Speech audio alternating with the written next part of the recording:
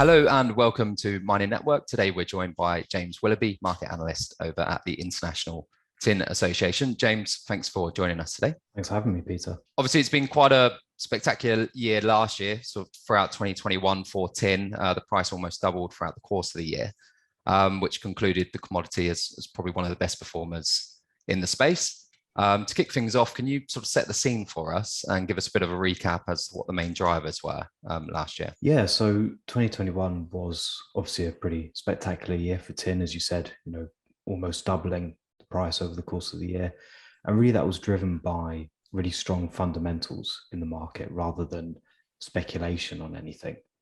That really carried over from 2020. There were a lot of drivers on the demand side that came into play during the coronavirus pandemic, like people needing more electronics to work from home, and more construction in the US driven by monetary policy because of COVID.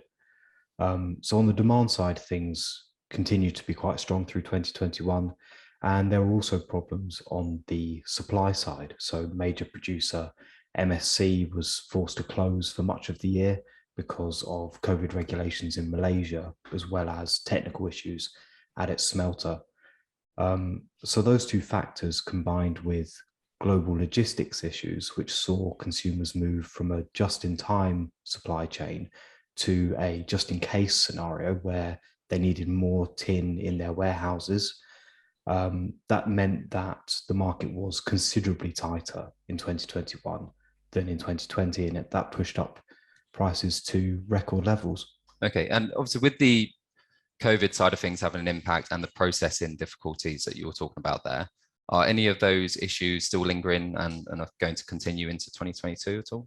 On the supply side, I think the worst is over, really. So pretty much all of the producers, apart from MSC, returned to normal in 2021 after they were closed in 2020. And now even MSC, they announced in December that their force majeure was being lifted. They're aiming to get back to full production during this first quarter, and we suspect things will be pretty much normal this year on the supply side. On the demand side, things are slowing because obviously the impact of COVID is lessening, but there are still some sort of hangover effects that are still going to benefit the tin market. So, for example, because everyone's now working from home and they now need 2 computer setups instead of just one, it's estimated that the number of the electronics in the replacement market has increased by 1/3. So every time we go through that replacement cycle, we need 1/3 more tin on top of that. So that's a significant benefit for the tin market that's going to last, a significant number of years now. That's on the electronic side. How much of the market do electronics make up, and what's the other composition of the market in terms of other appliances or other sectors? Yeah, so about half of all tin goes into solder, which then the majority use of that is in electronics. You then have other major uses in tin chemicals, and there's a wide range of end-use markets for those, as well as lead acid batteries. Tin plate, of course, is still another major use of tin. And there's a new use as well in solar panels, which is growing quite strongly. And we estimate that it could have been the 3rd largest use of tin in China last year, which, has grown considerably, seeing as it wasn't even, on our radar, a couple of years ago. Okay, that's interesting. And with the stockpiles that I think you're briefly mentioning sort of the warehouse capacities before, how is that looking at the moment compared to years gone by, say over the last sort of 5 years or so? Yeah, so the current global stockpile is about 50,000 tons of tin. That is all of the tin that we can see on the exchanges like the LME and the Shanghai exchange, and also all of that that's stored at consumer warehouses, producer warehouses as a buffer to any supply issues that they have. So actually the amount of tin that's available to the market is considerably smaller. But even that 50,000 tons is a lot less than it has been in previous years. If we go back to the turn of the century, that number was more like 150,000 tons. most of which was held by the US Defense Logistics Agency as sort of a hangover from, I believe it was World War II and the Cold War. And their stockpile was about 68,000 tons back then. Now it's less than 4,000 tons. So those stockpiles have really fallen quite dramatically over the last 20 years or so. I guess one of the main things that people would want to know is there any new projects coming online that are going to, I guess, help in 2022 especially? Are there any new projects that are going to come online and sort of help bolster up the stockpile and sort of help the market out a little bit here? I think last time when we were speaking to, we did another tin outlook. It was fairly, I don't want to say negative, but it didn't really sound like there was much coming online anytime soon. Yeah, I think we agree. For this year, we only see maybe 2 mines coming online. There may be a couple more, but really their capacity combined is probably less than 1,000 tons of tin. Over the next 5-10 years, there are a lot of projects out there that could help to increase supply, but really there's a lot more investment needed in the tin markets to get those up and running. On the refined side, in terms of the actual metal, we don't see any new supply from anywhere, but really when MSC start to get back to normal production, things start to move properly in the supply chains, the market should move back towards being slightly more balanced than it was last year. We expect that deficit to shrink this year. Yeah, I was going to ask, obviously, fairly common phrase in this industry is that the cure for high prices is obviously high prices, but with not a lot of new supply coming online, are there many development projects in the pipeline that could be coming online within the next couple of years, do you think? But I was reading another report which was essentially saying that although tins had an amazing value, it may dampen, but even if there is a correction, we're still going to be in a price scenario much higher than we have seen in the past. Is that about right? Yeah, that matches our thinking. Yeah. We have a sort of database of maybe 60, 70 projects that are all in development at the moment, all looking to come online, 2025 to 2030 and beyond.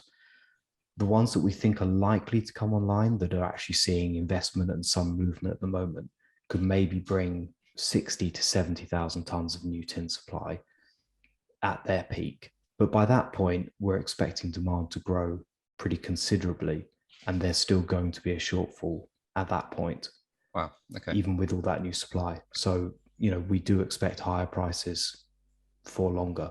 If you don't mind me asking, because obviously there's so many risk factors with mines that are in development stage, depending on jurisdiction and sort of permitting and financing, like you were sort of mentioning there.